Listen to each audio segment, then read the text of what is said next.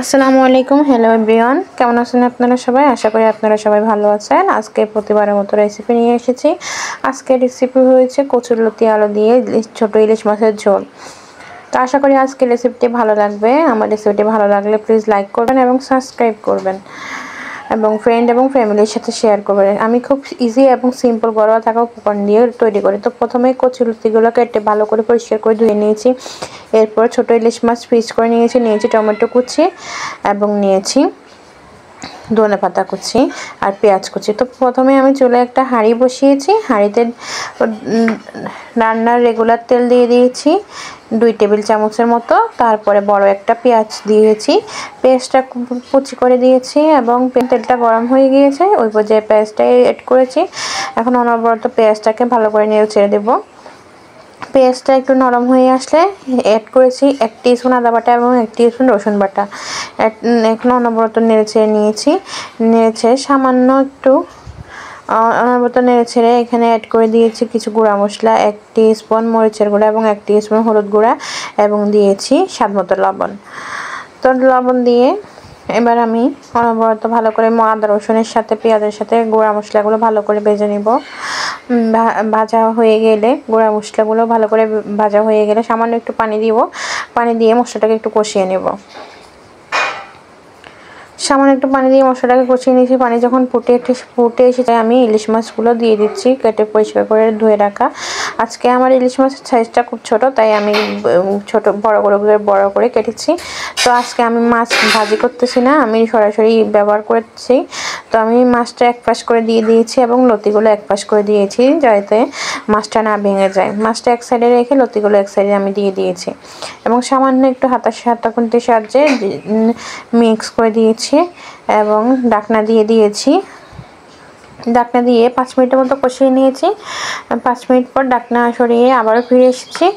ফিরে এসে ভালো করে নেড়ে চেড়ে দিচ্ছি কচুরলতিগুলো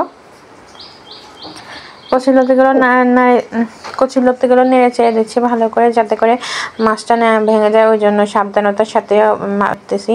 ইলিশ মাছ যেহেতু একটু নরম প্রকৃতির হয়ে থাকে আর ভেঙে যাইলে প্রচুর পরিমাণে কাঁটা বের হয়ে যাবে, এই জন্য খুব সাবধানে মিক্স করতে হচ্ছে। তো একটু নেড়ে ছেড়ে আমি এখন জলের পানি দিয়ে দিচ্ছি। এই পর্যায়ে জলের পানিতে সাথে লতিগুলো ভালো মতো সেদ্ধ হবে এবং মাছটাও পারফেক্টলি রান্না হয়ে যাবে। এবং আমি জলের পানি দিয়ে ভালো করে নেড়েচেড়ে মিক্স করে দিচ্ছি। ভালো করে নেড়েচেড়ে মিক্স করে দিয়ে মনে হচ্ছে আমার কাছে পানিটা একটু কম হয়ে গিয়েছে, তাই আমি আরো একটু পানি দিয়ে দিয়েছি। পানি দিয়ে আমি ঢাকনা দিয়ে দিয়েছি। ঢাকনা দিয়ে আমি প্রায় 5 মিনিটের মতো রান্না করে নিয়েছি। 5 মিনিট পর ফিরে এসে দিয়ে আবার নেড়েচেড়ে দিয়ে দিয়েছি। আবার 5 মিনিটের মতো রান্না করে নিয়েছি।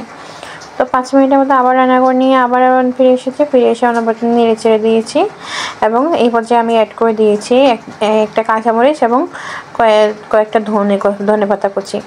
একটা কাঁচামরিচ দেওয়ার কারণ হচ্ছে কাঁচামরিচের যে সুন্দর একটা ফ্লেভার, সেই ফ্লেভারটা অ্যাড হবে লতির সাথে। এর জন্য আমি এখানে একটা কাঁচামরিচ দিয়েছি। এটা অপশনাল, চাইলে দিতে পারেন, না চাইলে না দিতে পারেন। তারপরে আমি এখানে দিয়ে দিয়েছি কাঁচামরিচ দেওয়ার পরে সামান্য একটু নেড়ে ছেড়ে ভালো করে নেড়ে ছেড়ে আবার ঢাকনা দিয়ে দিব। ঢাকনা দিয়ে আবার একটু রান্না করে নিব। তো ঢাকনা দিয়ে আবার একটু রান্না করে নিয়েছি। 2 মিনিটের মতো রান্না করে নিয়েছি। রান্না করে গরম গরম আমি সার্ভ করে নিচ্ছি কচুরলতি দিয়ে ইলিশ মাছের ঝোল। তো আশা করি আজকের রেসিপিটি ভালো লাগবে। আমার চ্যানেলে অনেক রেসিপি আছে, সবগুলো রেসিপি দেখার জন্য অনুরোধ রইল এবং আমার চ্যানেলটি লাইক করবেন এবং ফ্রেন্ড এবং ফ্যামিলির সাথে শেয়ার করবেন এবং সাবস্ক্রাইব করবেন। তো অবশেষে তৈরি হয়ে গেল লোভনীয় স্বাদের এবং টেস্টি, খুব মজাদার কচুরলতি দিয়ে ছোট ইলিশ মাছের ঝোল। মাছটা ছোট, কিন্তু বিশেষ করেন এই প্রসেসে যদি রান্না করেন খেতে কিন্তু খুব মজা হয়েছে, অনেক ভালো হয়েছে খেতে। আজকে এই পর্যন্ত।